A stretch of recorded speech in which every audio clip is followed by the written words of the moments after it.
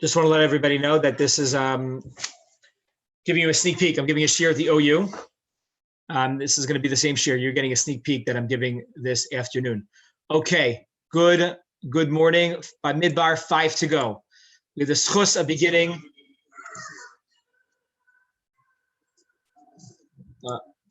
Something is popping up right now. Okay. We have the schus of beginning, the fourth book in the Torah. This Shabbos Bamidbar. It's Yom Yerushalayim tonight. Rosh Chodesh on Sunday. Shavuos next week. We're saying Hallel together in Atep tomorrow morning. This is a very, very exciting time in the Jewish calendar. So I'd like to begin with a fascinating thought from Rav Tzadok HaKohen Lublin, one of the great Hasidic Rebbes of the 19th century.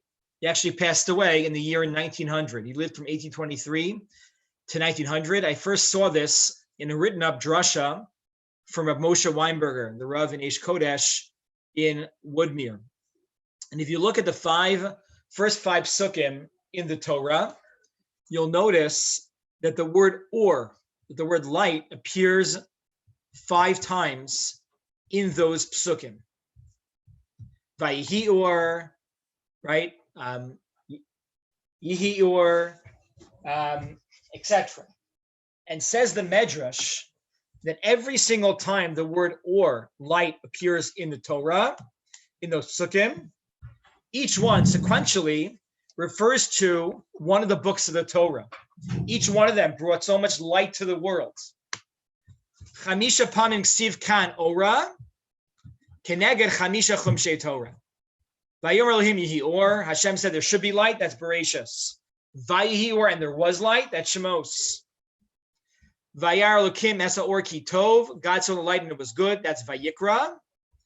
Vayavdel Elokim ben or ben achosha, God separated the light and the dark, that is Bamidbar. And Vayikra Elokim or Yom, and God called light day, that is Mishnah Torah, that is Sefer Devarim. So all of these require a lot of thought as to what is going on over here and what is the deeper meaning of this medrash. But let's focus now on our Sefer, the Sefer of Bamidbar. Vayavdel Elokim. Bamidbar is represented by God separating the light and the dark. Now, what does that mean? What light? God separating light and dark. What does that mean in the context of this medrash? What is the deeper meaning over here? Sorry. Good. Technical difficulty. Baruch Hashem. Good. So says the medrash something fascinating and very strange at the same time. What is Bamidbar? Shehu mavdil ben yotzei Mitzrayim lebay aretz. Bamidbar, Netziv writes this in his Hakdama, is a transition point, a separating time between the generation that was that basked in the glory of Hashem, living in the Midbar for 40 years, and the generation that entered the land of Israel. So Vayavdel Elokim got separated. It's referring to the separation of the generations. The generation that lived in the Midbar, Dor HaMidbar, and the generation that entered the land of Israel. But you got to follow the ball, follow the bouncing ball. You follow the bouncing ball, what's going on here? There's Or and Choshech. Which generation is light and which generation is darkness? Not the way I would have thought it. The generation of light is a generation of Dor HaMidbar, right? The generation of the desert. But Dor Ha'aretz, the generation entering the land of Israel, that is darkness. What? What do we? Yom Yerushalayim. We just celebrated Yom Ha'atzmaut. That is right. That's Artseinu Hakadosha. Ein Hashem Elokecha ba meiresh Hashana ad achris Hashana. We see Hashem's presence in the land of Israel. How can the Medrash say that is Choshech? That's darkness. That is represented, symbolized, right? The generation of those that entered the land of Israel is Choshech. How can that be? So Tzadok HaKohen Lublin writes in his Sefer Pri Tzadik the following. He says, see, it's all relative. And he says, a generation that lived in the Midbar saw God in a very obvious and overt way. We saw God clearly. All you needed to do was walk out of your home. You walked out of your home every single morning. I don't know if there was a newspaper. I'm not sure I hope it wasn't the New York Times. Maybe they were kinder to Israel back then. But you got man. Your food was right outside the door. The dry cleaners for me is not open yet. I think that some of them are slowly opening. But back then it wasn't necessary. You didn't need the dry cleaners. Why? You had the Ananei Kavod. You saw God working on such a close level to this earth. We saw him in relation to each and every one of us, and he was clear, right? Zekelev Yanvehu. Yet, when the Jewish people entered the land of Israel, it wasn't so simple. They had to fight wars. Sure, the wars were won miraculously, but they had to fight wars nonetheless. In Israel, they didn't fight wars. God fought them for them. In Israel, they had to work the land. They had to fend for their own food. They had to learn how to plow, how to sow, how to reap, how to harvest, how to, all the lamatas malachos. We had to work on every little detail. The relationship with God changed when they entered the land of Israel. It doesn't mean literally that God was dark, but when you walked in comparison to the way we had it beforehand, it was bleak, it was opaque. But our job then was to push away and search behind the clouds and see the light behind the clouds, God shining through. And he reminds us, and this message reminds us, that in every stage in life, we have a different relationship with Hashem. Every challenge, every crisis is a moment for opportunity and closeness and endearment. It's not only true when it comes to God, it's true when it comes to our relationship with our spouses, with our children. Very often it's those boiling points that create a deeper and more profound relationship. And the same is true, says the Pri Tzaddik, when it comes to Hashem and the Jewish people.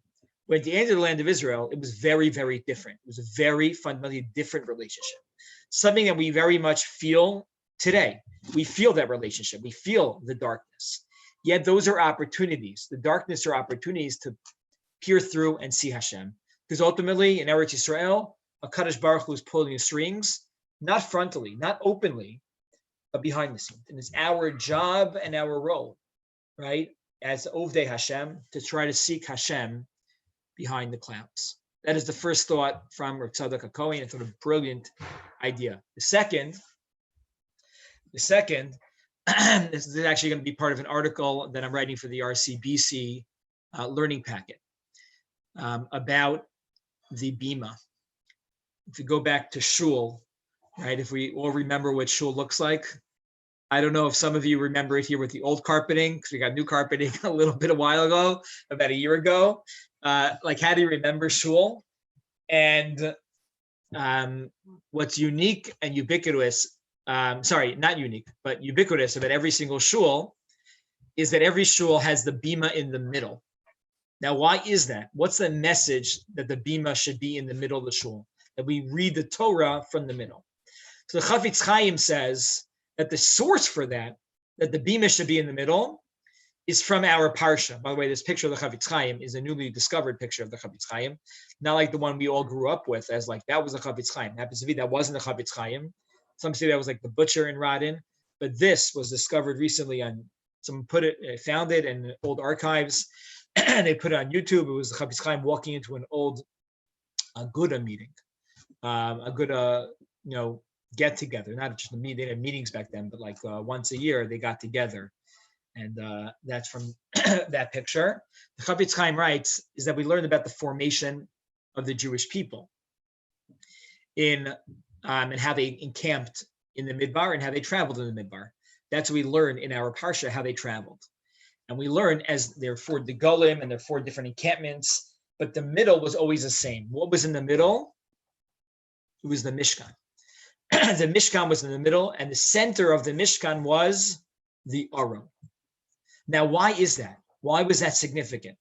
And I'm sure if you ask this question at your Shabbos table, you'd come up with many, many different thoughts and theories as to why that is true. And most of them will probably be true. And all the messages are true. The Chafetz Chaim here says, because Hashem wants to tell us that Torah is equally accessible to each and every one of us. There's no one person that has a right over Torah that has more access to Torah versus somebody else. We all start off the same way. It's the choices that we make throughout our lives that gives us more access or less access. But when we open up that Gemara, we are opening up the same Gemara as everybody else throughout the generations. That's why the Torah was in the middle to show us we all have equal access. And if we haven't started yet, now is the time to start. Rabbi Akiva, at the age of 40, Moshe Rabbeinu only began his journey as a leader of the Jewish people at the age of 80. So inspiring. Torah is accessible to each and every one of us. And that's why the Chafetz Chaim says the Bima Dafka should be in the middle of the shul, showing us that the Torah is accessible to all. You choose where you sit. Most of us choose where we sit in shul, and you could choose to sit in the front, closest to the Aron. You could choose where to sit. But the Torah is accessible to all. And that's the message here. Just a message to be inspired about what we are missing in shul. The third idea, I titled it Like a Good Neighbor, comes from Rav Nevin Saul. Rav Nevin Saul, if you haven't heard of him, I think we learned a little bit of his Sfarim before Yamin Nora'im this past year, between Mincha Ma'ariv. Nevin Saul, I had the privilege to talk in Torah with him and ask him shaylas. He's the Rav Rashi of the old city of Yerushalayim. He spends his day learning Torah, half a day in Yeshiva HaKotel and half a day in the Tiv Aryeh. And he has a beautiful Sfarim on Chumash. And I want to preface what he says with the following comment. I was playing outside with my daughters this past Monday. I play outside with them most days at certain points. We're playing basketball probably. And walks down the block is my neighbors walk down the block, Lenny and Susan Goldstein. Lenny is a walking miracle, survivor of COVID. Was given a very small percent chance of surviving, and Baruch Hashem. And they pointed out to me, it's like, when is it on a random Monday in the 21st century when we're all so busy and so involved in our daily lives and our routines and our responsibilities that you get to see neighbors outside? And the thought struck me because there's a Chazal in our Parsha which points this out in the negative. Chazal point out, where we're mentioning the encampments, that why was Shevet Reuven, punished, or part of Shevet Reuven punished by the Chet of Korach, by the rebellion of Korach? It's because Korach lived near Reuven. They were neighbors. And Korach influenced 250 members of the tribe of Reuven. And the Medrash comments a famous statement, Oy la Rasha, woe is to the evil one, because his demise is no good. But not only woe to him, but woe, Oy le Shchena, woe to his neighbor. Right? So if Nevin Saul asks the following question, why would Hashem, if Hashem knew that Reuven was going to influence in a certain way, why did he place that next to Korach? Why were they neighbors with Korach? Place that next to someone nicer, someone more pleasant, someone that can uplift Reuven. So says Rav Nevin Saul, maybe an obvious answer to us all is that ultimately that's what an Nisayon really is. An Nisayon, a test, is that we need to make choices for ourselves. As adults, we may end up being next to challenging individuals throughout our lives, and people that may influence us in certain ways. But it's our choices and our decisions that define who we are. And then Nevin Saul goes on to prove how detrimental it is to have a shachin ra. And he makes the following two ha'aros, thoughts from Pirkei Avos.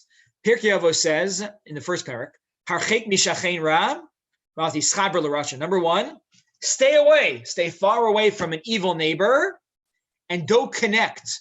Don't become friendly with a Rasha. What comes first, Rav Nevin Saul says, is an evil neighbor. More than having a bad friend, worse than that, he says, you see from the Mishnah, shachin ra comes first. That those influences are more detrimental, more damaging to somebody. Secondly, When Rav Yochanan ben Zakkai had 5 students, and the Mishnah in second parak delineates who the students are. He asked all the students, tell me what's the midah tova, what's the main midah that somebody should have, and what's the worst midah someone should have. So one of his students said, what's that midah? Being a shachin ra or a shachin tov, a good neighbor or a bad neighbor. This is before chaver tov and chaver ra. But there's something detrimental about this. Now, I think for us, we need to learn this on the flip side. Not about, oh, my neighbor this and my neighbor that, I can't stand. But no, what type of neighbors are we? Maybe this is one of the messages of Corona. You know, I'm not saying this is the message. One of the messages that comes out of this is how to be a neighbor, you know, how to be a positive, you know, neighbor to others. Shout out to all of my amazing neighbors. I think one of them might be on the call. And you know, going outside, interacting in a positive, you know, nice way, Jew and non-Jew alike, how important that is for community, and the impact it has in our family and our families is tremendous. Chaver tov. The fourth idea comes from the Medrash Rabbah. You know, I mentioned that we have flags. That flags were instituted in this parsha, that each one of the Shvatim had their own flag. And the Medrash says something very, very interesting. Chiba gedola, chiba banakadosh baruch hu. Hashem showed a great and everlasting and deep and profound love to the Jewish people. She'd say, like, how is that love expressed? What did he give them? I would have said, like, he gave them the man, he gave them water in the desert. What was the way that love was expressed? So says the Medrash, it was expressed by giving them the gulim, by giving them flags. And now the Medrash goes on. Not just, okay, that's strange. Why is flags, you know, okay, here, honey, here's your birthday. Try this at home. Happy Mother's Day. Here's a flag. What? And it's not only that, Kim Malachi Asharus. He gives us flags because he loves us, just like he gives flags to the angels. So ask Rav Tzadok HaKohen, another piece from Rav Tzadok. Flags? When do we see that the Jewish people get flags? When do we see that the angels have flags? Do the angels really have flags? Number one. Number two, how is this expressive of the love that Hashem has for us? So says Rav Tzadok, it doesn't literally mean flags when it comes to the angels. What the angels have is something very, very special. Angels have a tafkid. More than anything else in the world is what we want. One of the things that we want in this world is clarity. If only we knew what our precise mission in this world is, things would be easier. It'd be much easier. That's what we daven for. We want clarity from HaKadosh Baruch Hu. We want to know exactly what Hashem wants from us. That's what the Malachim have. That's what the angels have. They have Ki'ilu, a flag. The flag represents, I know this is my purpose. They have one tafkid, one job given to them at a time from HaKadosh Baruch Hu. And that's what flags on a certain way are me'ain, symbolize that.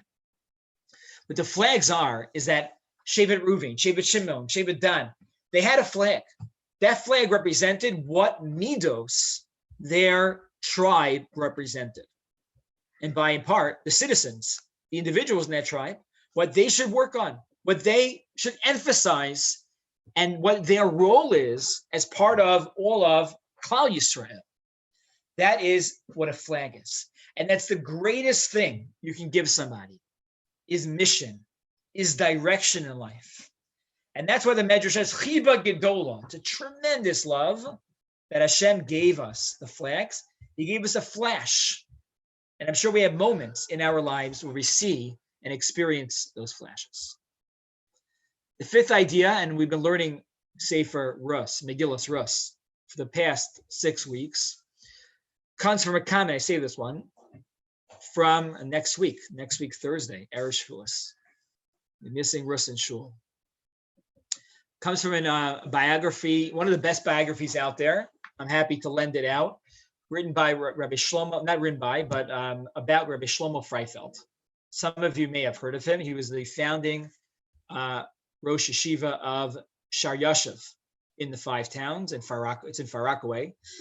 And he was a towering figure, an excellent, an unbelievable machanech, a sharp mind, and really elevated so many people and changed, thousands of people's lives.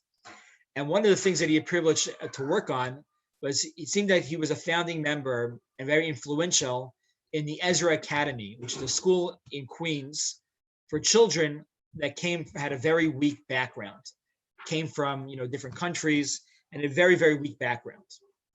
And very often to just get nachas and to give chizuk to the teachers and the students, he would go and visit the yeshiva. So one time he visited the yeshiva, it was towards the end of his life. His wife had passed on and he was in a walker. And he was walking very, very slowly. He had a walker, maybe he had a cane. He had a very hard time walking. And he wasn't the man who he was before. And as he was walking and he walked in through the hallways, people saw that this wasn't the Refaifel, the fiery, moving person that he was beforehand. But they got so much chizuk from seeing him, even this time. He had every excuse not to come and to make his usual visits. So he walks into one of the classes. He makes one of his visits to one of the classes, and he visits a class that's run by Mrs. Rena Silver. And he says, Mrs. Silver, what are you guys learning? And he said, oh, we're learning Megillas Rus. Right, it's a group of young girls in the class. So he sits down and he says to the girls, what's the whole goal? What's the whole point of the Megillah? Why do we lay this Megillah on Shavuos? And what is Hashem teaching us in this Megillah? Right? So they went around the room, right? Is it, David HaMelech was born at the end and shows us about Mashiach. And somebody else said it's all about the chesed that, Boaz does for Rus and Rus does for Naomi. And others said it's to teach us about how to be sensitive to converts. And maybe it's about the tznius. And every single answer of Freifeld is like, yeah, that's great. That's great. That's great. I'm so proud of you. And finally he says, but girls, I think you missed the point. I think you missed the point. He says here,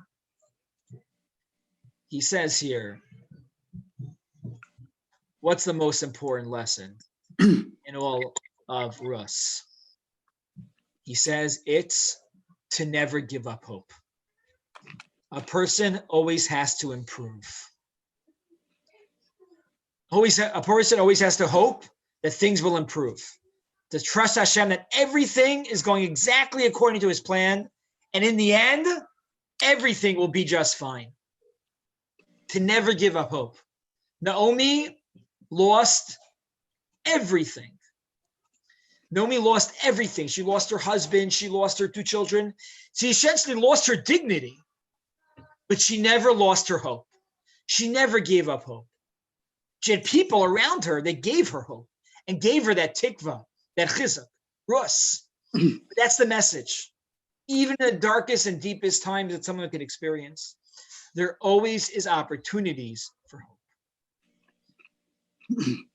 So I conclude, we'll just review the five thoughts from today. Number 1, amazing idea about all Sefer Bamidbar, separating by Yivdel Lukim Ben Or Ben Achushech, the whole role of the book of Bamidbar from the Pri Tzaddik.